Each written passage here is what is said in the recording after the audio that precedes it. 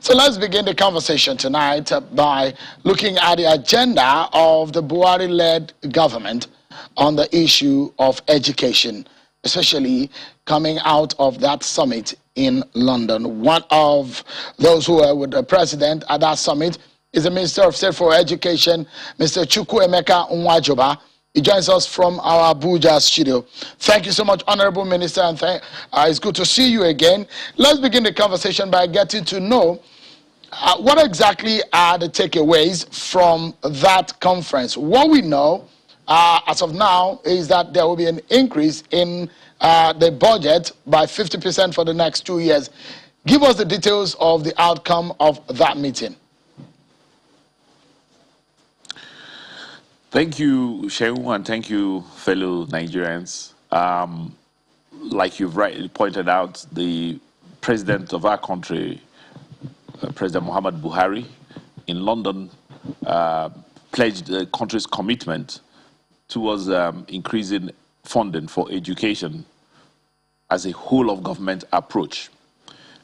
The GPE, which is a global partnership for education, concentrates its effort at making sure that education standards are improved around all the countries of the world. There are essentially about 22 donor countries and about 92 partner countries. Nigeria has been part of this for the past few years.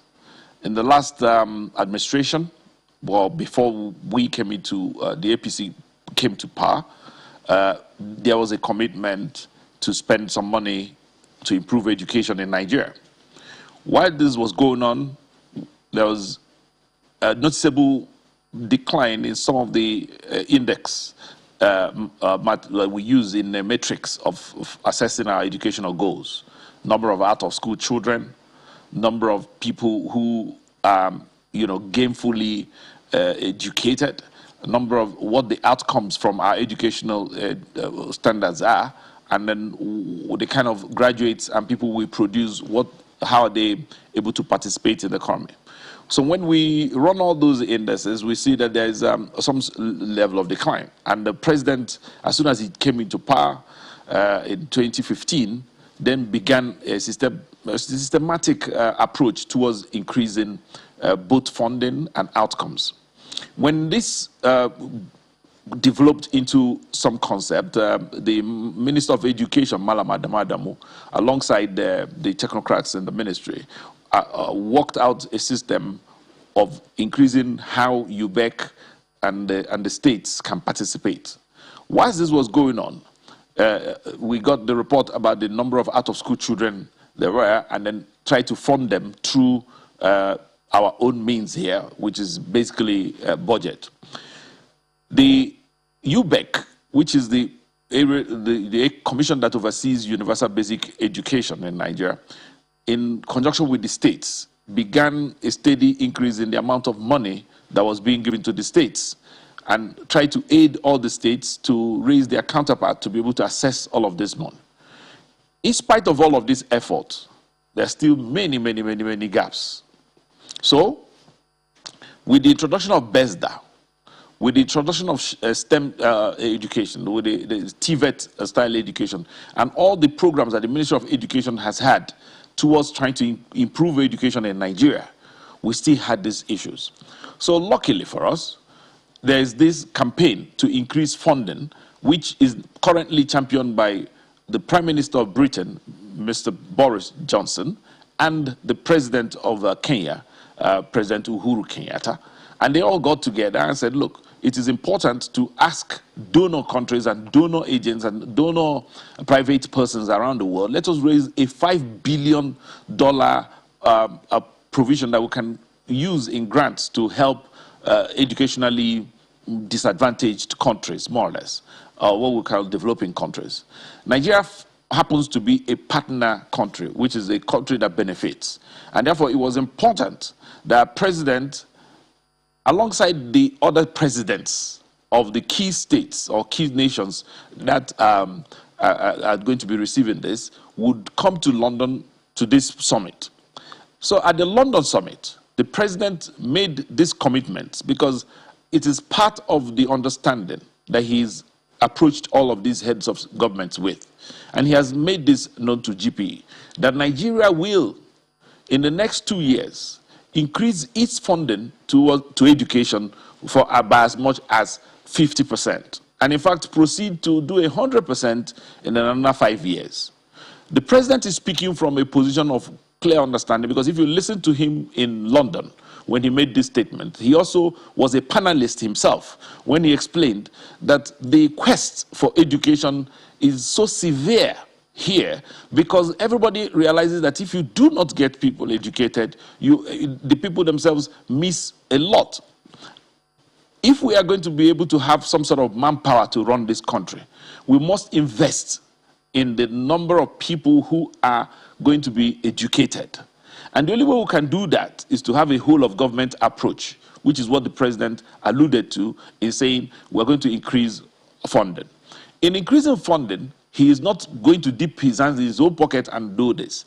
He understands that this is a commitment he's making on behalf of Nigeria. It is up to you and I, the National Assembly, and all our responsible citizenry to try to make sure that this happens. There are many ways in which this will happen. Number one is that, yes, allocations that will come from the National Assembly when we go into appropriation would definitely need to increase.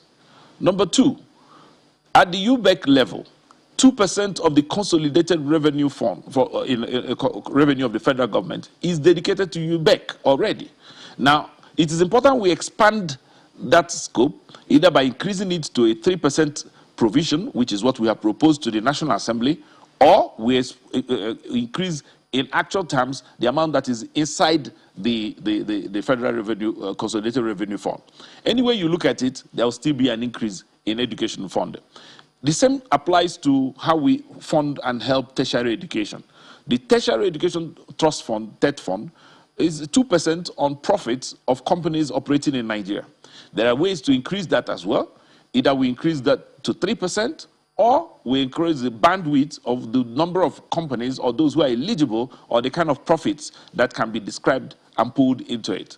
So any way you look at it, the country realizes that it needs to increase funding to the education sector.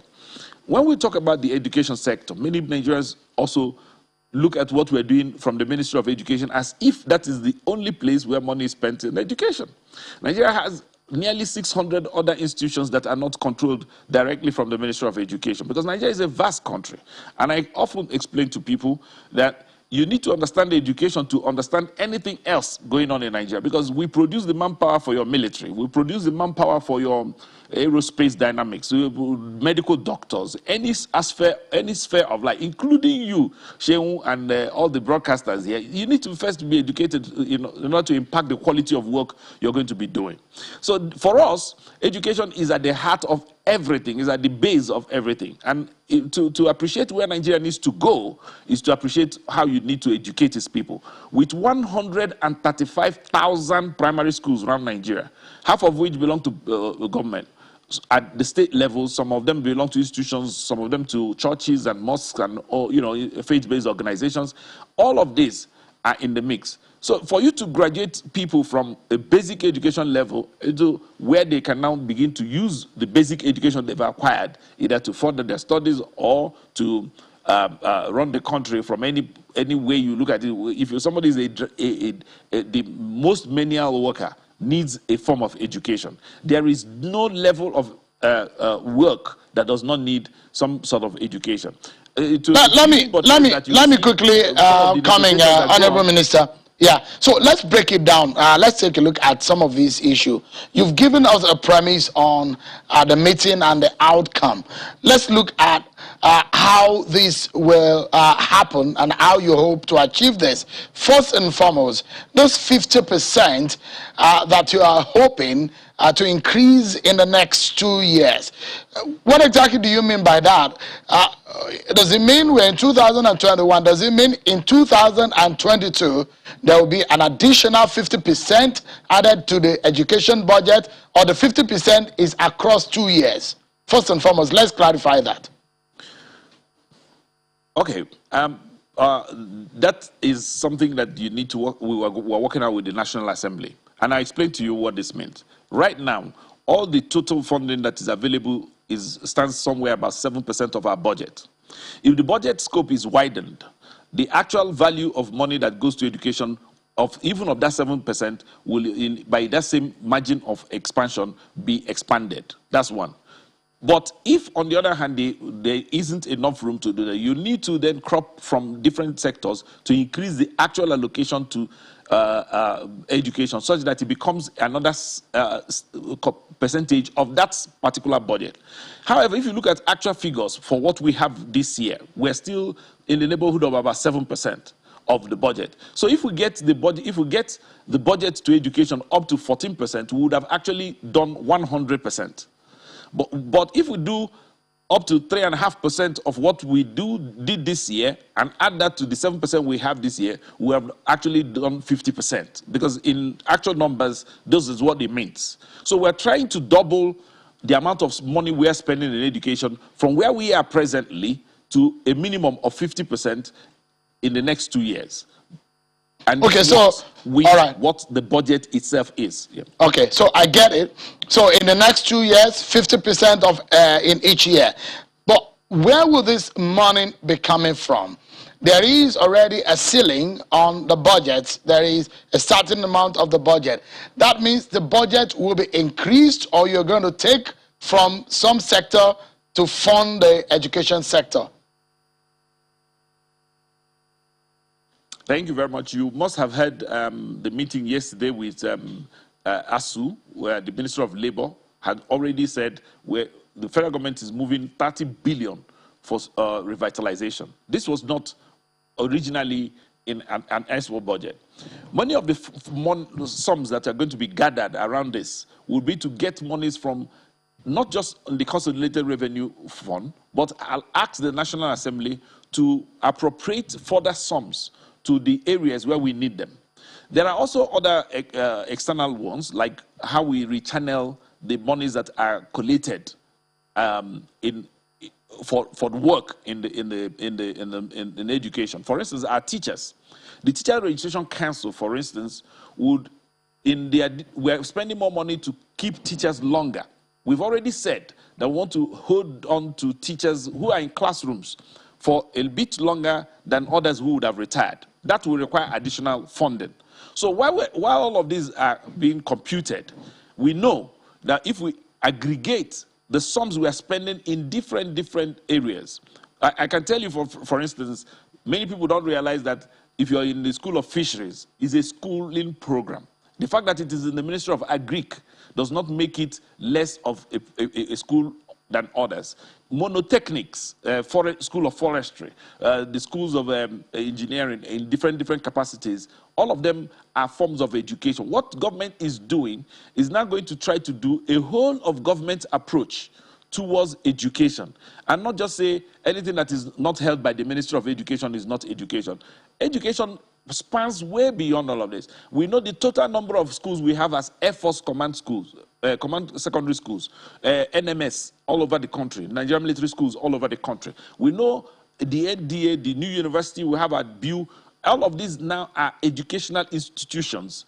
We're no longer looking at government as if there's no part of government fighting each other. Right now, we're going to be looking at a whole of government approach. If you then take that down to where the states are doing, our job is also to engage all the states and make sure that we streamline what it is that they're doing, so that each part of each state is talking to each other, seeing what is available. Today, WAEC just submitted a report to me because ahead of the exams we are going to take. We have nearly 1.56 million people registered to take WAEC this year. Now, in this number, we have nearly 20,000 secondary schools around Nigeria. The spending that Nigeria is going to spend on that, which previously was not captured, is going to be dealt as educational spending now, because it is actually educational spending. And all of these are monies that actually reflect themselves in the economy. Nigerians look at only what a budget says without necessarily looking at what the total government spending is. And this is where we have looked at and said, yes, we're going to step up all of that. Now, if additional revenues are gotten by government, or if there is further revenues in government, we will appropriate them using the same metrics. Because, because now the president, which is part of the reason why the president has gone ahead to commit to ensuring that in case there are additional revenues, we will use the same metrics to put them right. It is not just enough to spend money. Actually, money is not really as important as what you want to do with it. The problem we've had over the years has not been that monies were not voted. What has happened in the Buhari administration, and since we all joined together, is about the commitment to make that money work. It is not important how many vehicles you buy, as long as I get students trained. The focus has shifted from just buildings and putting money in the hands of everybody or consultants. Focus has now shifted to actually getting things done. We want to see how many students are in your classroom. We want to see how many classrooms are functional. We want to see how many of anything that we said we want done. So we've changed everything to a performance-based discussion. I mean, the Governors Forum themselves, they've done very well with their engagement with us, and you can see they are really focusing even their own states. So everybody is on board now, and we think Nigeria can only go this far with it. All right. Let's get the country started and get into run. Yeah, quickly, Honorable Minister, we need to tackle a lot of issues, cover a lot of grounds based on what is on the ground.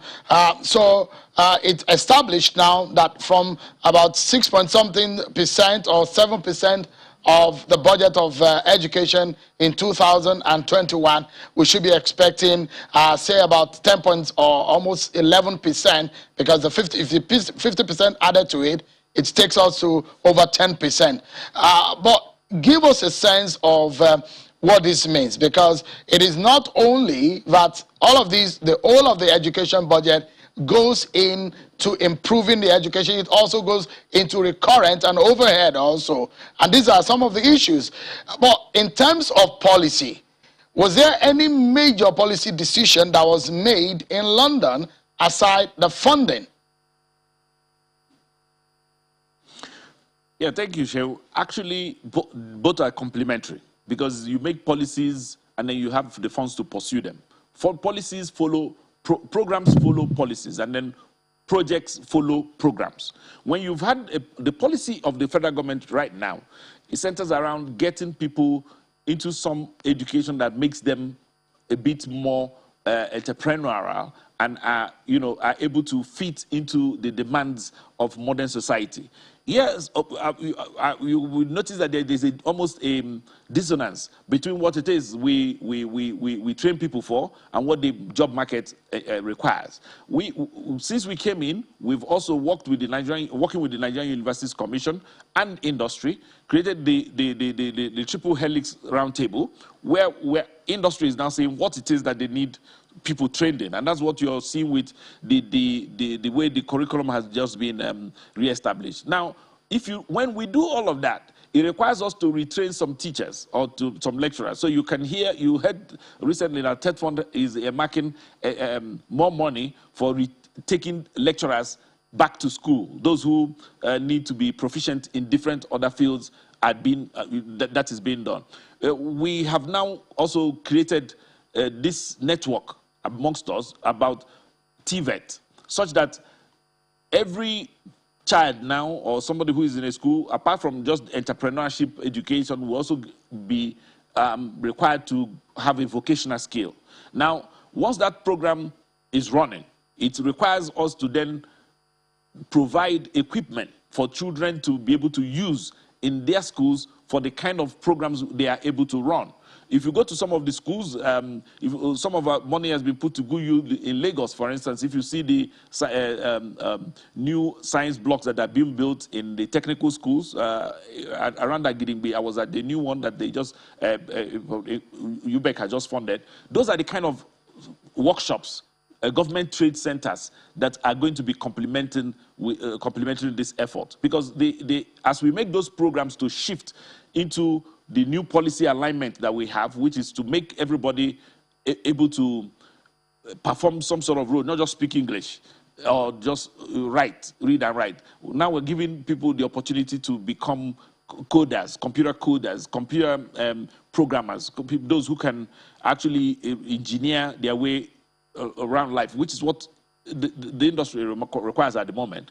We are also stepping that, complementing that with projects to make sure that those who can teach it, the equipment for it, and the procurements or the workshops that are necessary for all of that is also put in place. So that policy was adumbrated further on in London. The president did say, apart from just the money, that our focus would be channeled a little bit more on TVET and STEM education for the purposes of producing the kind of manpower Nigeria requires. All right. It's also Okay.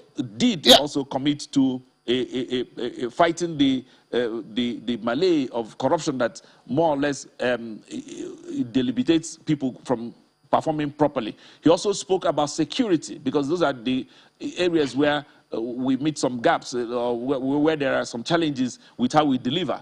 And you know that even before we went to London, myself and the Minister of Finance, along with the service chiefs and many of the other participants, also held, including those of you journalists, Chief Nduka and everybody, they were all in the Safe School Initiative discussion, which we had at in Abuja a few weeks back. This is what the president did propose as part of the general policy guideline around how we can deliver education for the use of Nigerians for the production of our manpower that is required.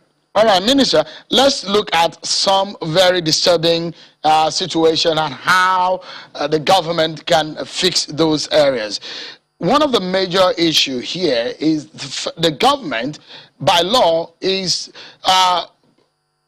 to provide free, compulsory, and universal basic education for every child of primary and junior secondary school age. That is what the law says in Nigeria. But if you look at the figures of out-of-school children, of the almost 200 million Nigerians, ages 15 and below, about 45% of the Nigerian population. That is huge.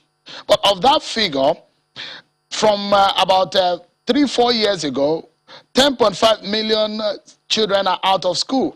It stands at over 13.2 million Nigerian children of school age out of school.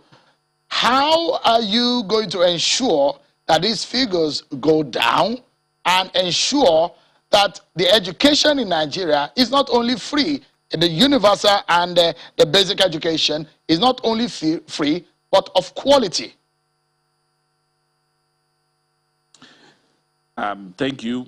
Apart from the way you've made the mathematics seem like a bit fuzzy, there are no absolute numbers with children out of school. What has happened is that in the computation of these numbers, some of the directives were not worked out properly. But then there are lots of children out of school, and you may have noticed that in the last 2 years at least, I've probably been to almost all the states in Nigeria and launching BESDA, the Better Education Service Delivery Program, which the federal government had funded to the states. Now, that is a direct attack at the out-of-school children numbers, because we know that even one child being out of school is not a good thing. So we want all of them. And the law is clear. Like you pointed out, UBEC was designed for this. We were members of the National Assembly in 2000 and up to 2003 before, when that law was made and signed in 2004 by President Obasanjo. That law is intended to make education compulsory at the basic education level for every child in Nigeria. We've not been very successful with that because there have been gaps in how the states run it. Because the federal government does not own any private primary school in Nigeria. The federal government does not own them. Well, federal government simply funds it. Basic education is actually in the hands of all the subnationals. It has not been as stellar. The present crop of governors we have actually improved on it. But many governors before them really did this country a lot of disservice. Some of them didn't hire teachers. Some of them simply took the monies for many years and took it with them and their families. Some of them just built carcasses around the country that is unimaginable why human beings would do that. The actual investment in the child has been left unattended to. This government, in this administration, has now sought to address this. And we are constantly engaged with the subnationals, the state governors, and we are requiring them on a performance basis to then be able to access the monies we have at UBEC. Some of the monies are still untaken because some of them are not yet to meet their counterpart funding. And we're still insisting that we will work with them and give them as much latitude as possible to be able to use these monies. But like you pointed out, any place where we find children out of school, the Ministry of Education has a lot of programs from nomadic school education to the adult literacy campaigns and commission. We have different commissions that deal with all of this. And I'm sure people around the country know and see these agencies. However, it is still not enough, because it's not enough to just have agencies and names. It is important that we get to work at them, you know. So it might seem like I overlabor the point of continuously engaging them or fighting as if we're running a different program. But we keep urging them to do more, because the work is not done until the last child is in school. So we have then crafted issues around advocacy. We visit traditional rulers, emirs, people who are the custodians of culture in that area, to release some of the cultural practices that disable children from going to school.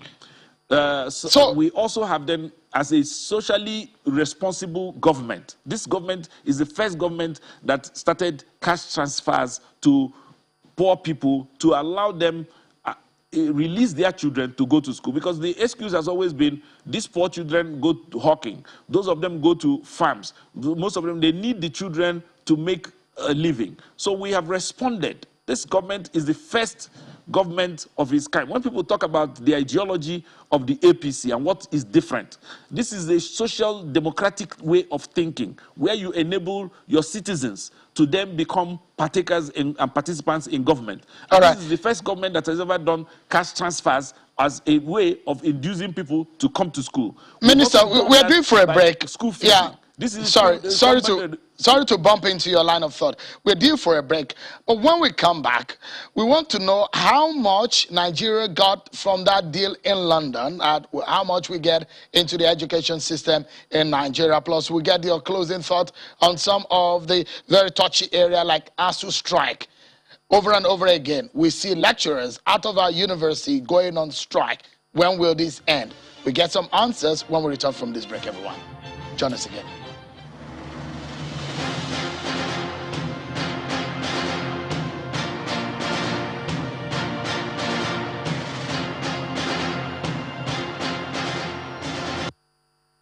Thank you so much, everyone, for staying with us right here on the program.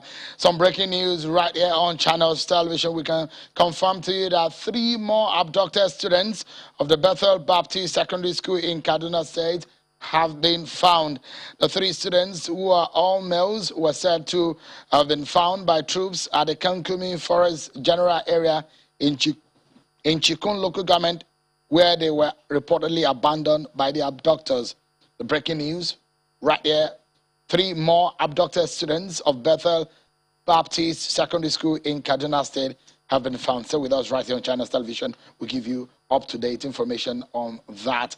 Let's wrap up our conversation now with the Honorable Minister for Education. But let me get your view on that breaking news. Honorable Minister, the attacks on education institutions where children are being kidnapped and abducted from their schools. Now we have information that 3 more of those students and several others are still in captivity, but 3 more of them have been found from the Bethel Baptist Secondary School. Let me get your reaction on these news.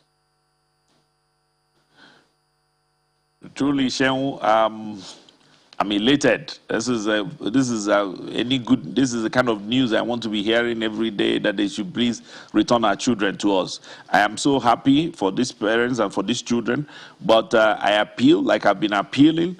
I was in Katsina just to meet with the air servicemen who are flying in that area to please encourage our military. They have done They are doing a tremendous job of following up these kidnappers and these bandits.